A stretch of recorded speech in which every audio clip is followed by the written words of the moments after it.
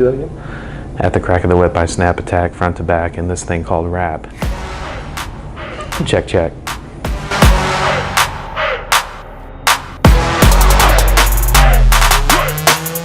So when I first started, I thought I could get by on my personality. I was a youth pastor by trade before I started this, and it was pretty easy for me to connect with people, and I like to laugh and I like to joke with people, and so it was easy for me to get in a home, and it was easy for me to have a conversation.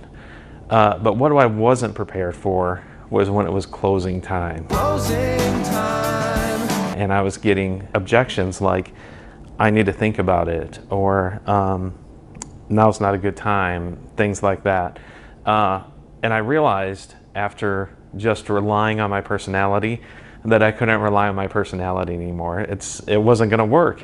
So I had a conversation with my manager and realized that I wasn't doing the work to close, and that there's an actual sales process and there's sales skills that you have to learn. And that was an important conversation for me. Started to pay attention to the training and started to understand that there's an important question that needs to happen in the sales process. Why is this important to you? That's a huge question. Why?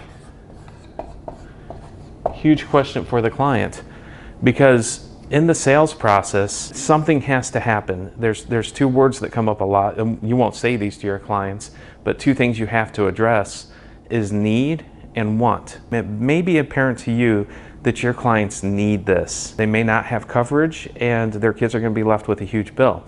But the problem is, sometimes you'll walk into a home and you'll see a dish on maybe a trailer, you'll see a big screen TV, and you'll see some cigarettes. Why do you see those things? Why do you see those things instead of a policy laying on the table? The reason you see those things is because people buy what they want. They'll buy what they want before they buy what they need.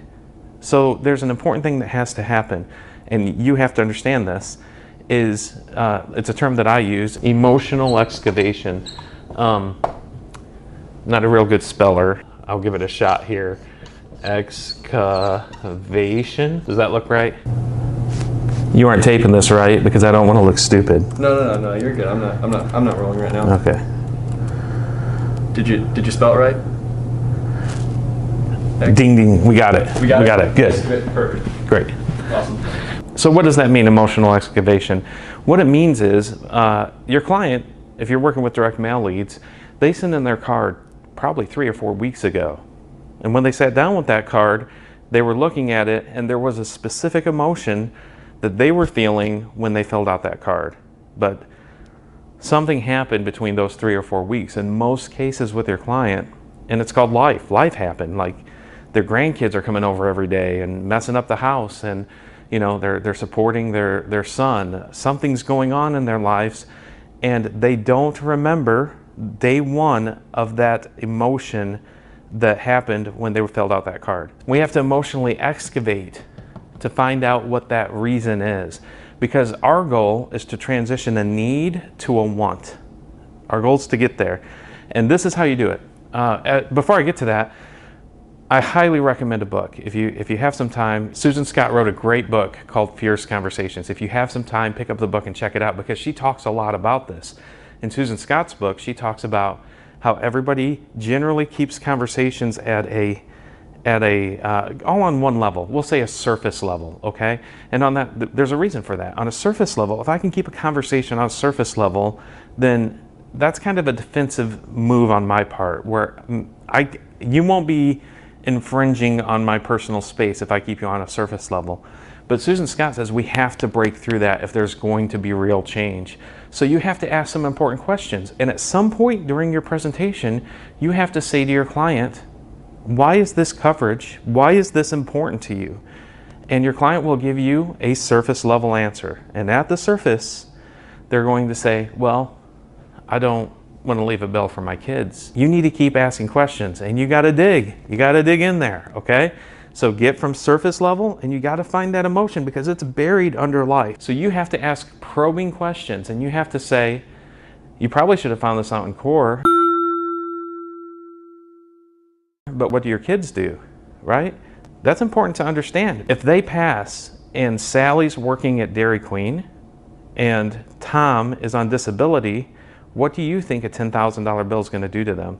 Those are the questions I ask. So I'll say, Jenny, if something happened to you today or tomorrow, what would Tom and Sally do? And she'll say, I don't know. I guess they'd borrow some money. And my question is, how does that make you feel? Well, it doesn't make me feel very good.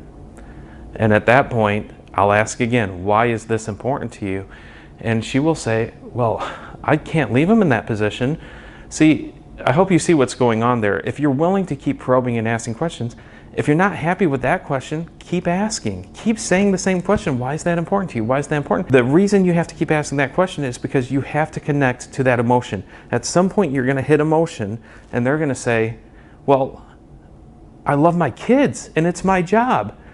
And if you capture that moment, at that moment something's happened, a verbalized need that they maybe didn't realize becomes a want. It becomes a want, and they always buy what they want. So if you can do this, if you can take the time to emotionally excavate and get a verbalized need to become a want, you're going to see some conversions. So I hope that's helpful for you today.